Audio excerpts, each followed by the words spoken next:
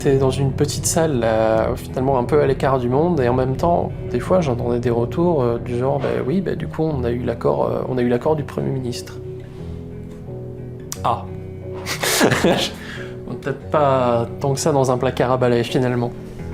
Et moi, je faisais partie de ce groupe-là pour représenter finalement un jeune sans emploi. C'est-à-dire que vraiment, on a eu l'impression que on nous demandait à nous. On nous expliquait et on dit voilà, la page qu'on vous donne pour écrire le texte, elle est blanche. Qu'est-ce que vous vous attendez finalement d'un revenu de base ?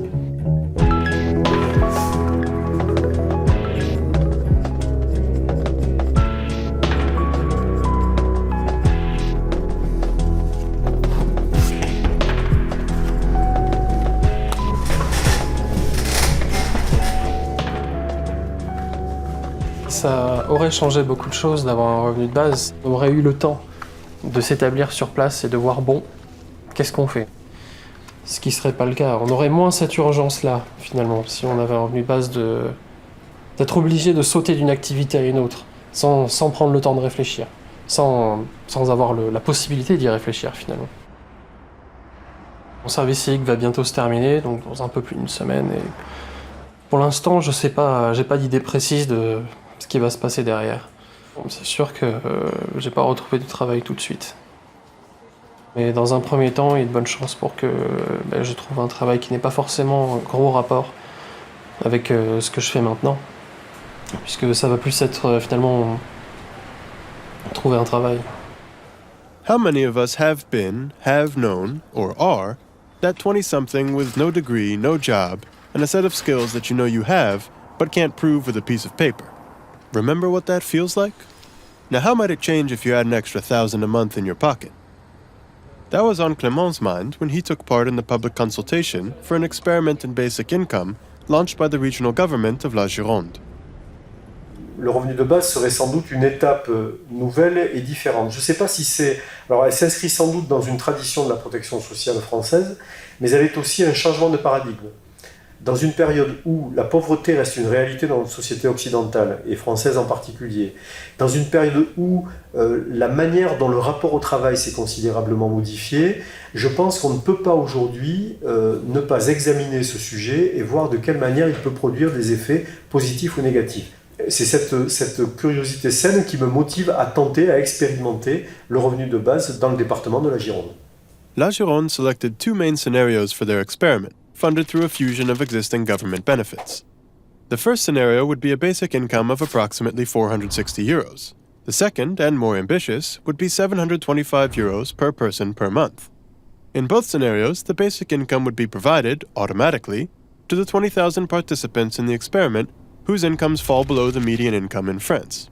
Meanwhile, the economists behind the experiment would be responsible for making the numbers work. Donc peut-être aujourd'hui, là, si on pouvait reprendre où on en est pour les simulations du revenu de base. Donc les départements nous ont demandé quand même vraiment d'ajouter les jeunes des 18 ans.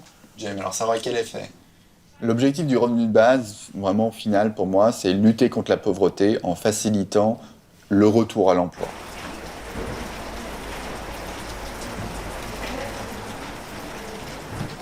J'ai eu un parcours assez en zigzag. En fait, ce parcours en zigzag, c'était vraiment une recherche de ce que je pouvais faire finalement, ce qui était fait pour moi.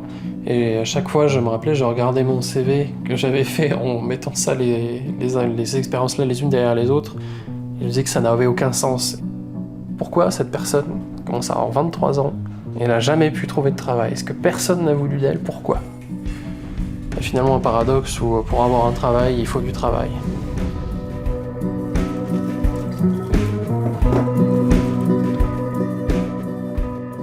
Aujourd'hui, les parcours professionnels sont beaucoup moins linéaires que par le passé, beaucoup plus chaotiques et fracturés.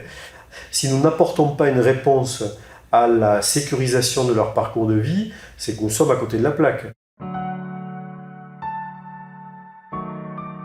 Historiquement, après la guerre, après la Seconde Guerre mondiale, la pauvreté est concentrée chez les personnes âgées. Et donc, l'image du pauvre, c'est la personne âgée, typiquement la veuve, qui n'a pas de ressources et qui est dans une situation de pauvreté très forte. Aujourd'hui, Les personnes de plus de 65 ans ont un taux de pauvreté qui est bien inférieur à la moyenne du pays. Par contre, ce sont les jeunes, les 18-24 ans, qui aujourd'hui sont les plus susceptibles d'être en situation de pauvreté. Poverty rates amongst young people are as high as they are, at least in part, because the youth unemployment rate is so high. And in France, minimum income benefits aren't available to you if you're under 25. Finding that first job out of school, or without ever having finished school, can feel about as difficult as lassoing a unicorn. Petit à petit, on se retrouve très vite, très souvent, à vraiment se retrouver au bord du gouffre, en termes financiers.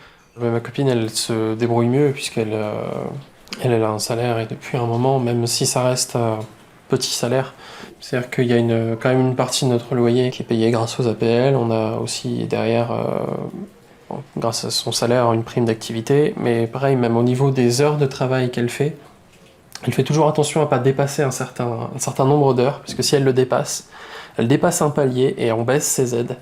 On se retrouve vite à devoir faire le calcul, pas forcément de façon logique, mais en fonction de là où on voit ce qui donne de l'argent, ce qui n'en donne pas, ce qui en donne, ce qui en reprend. Parce qu'il y a des aides auxquelles on a droit, des aides auxquelles on n'a pas droit. Effectivement, on se retrouve dans un système ridicule où on peut se retrouver à travailler plus pour gagner autant. Le vrai reproche qu'on peut faire, c'est que l'incitation au retour au travail, elle est souvent très diminuée par la façon dont notre système fonctionne. C'est-à-dire que vous reprenez un emploi, vous perdez une partie importante de ces prestations qui fait qu'en réalité, le différentiel de revenus peut être très faible, voire parfois dans des cas négatifs. Et l'idée d'un revenu de base, c'est justement d'arriver à réduire fortement ces cas-là. C'est potentiellement un gain très très fort et très très efficace comme système de protection sociale.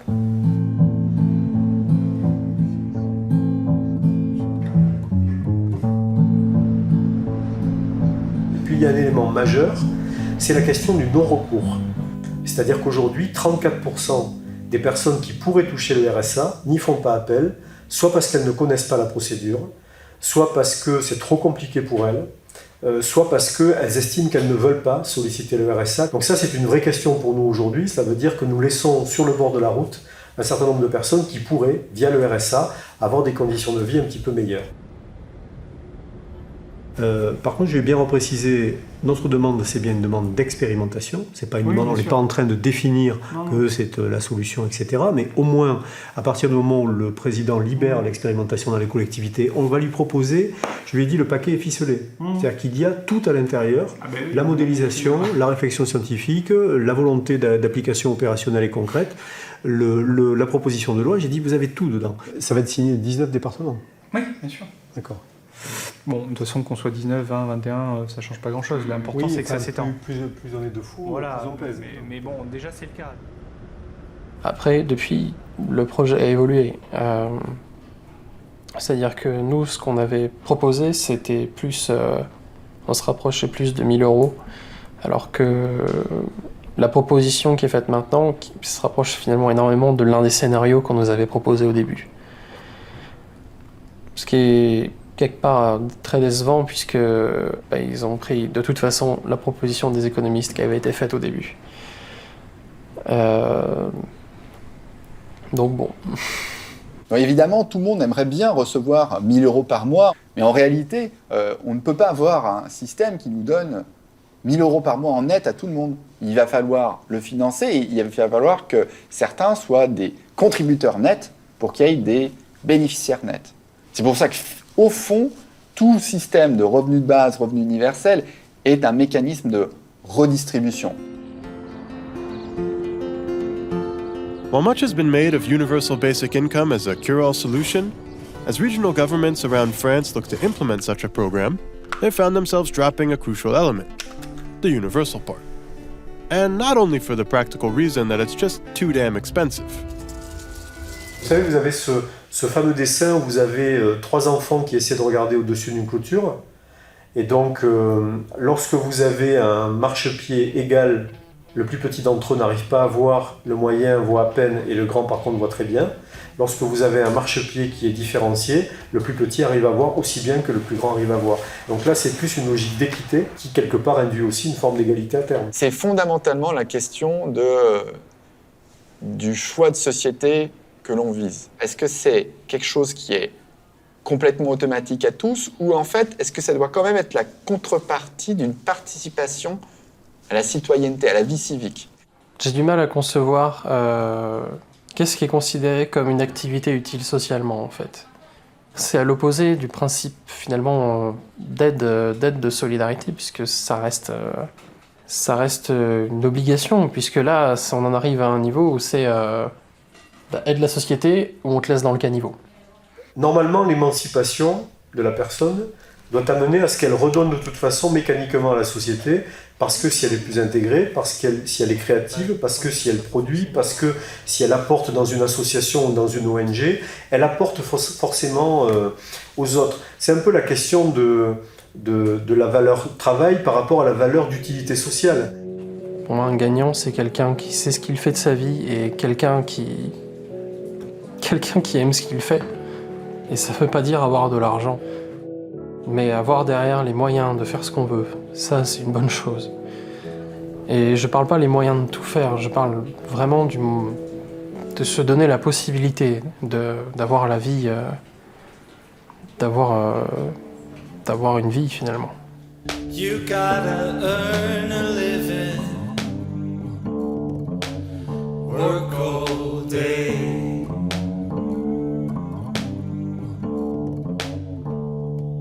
You gotta earn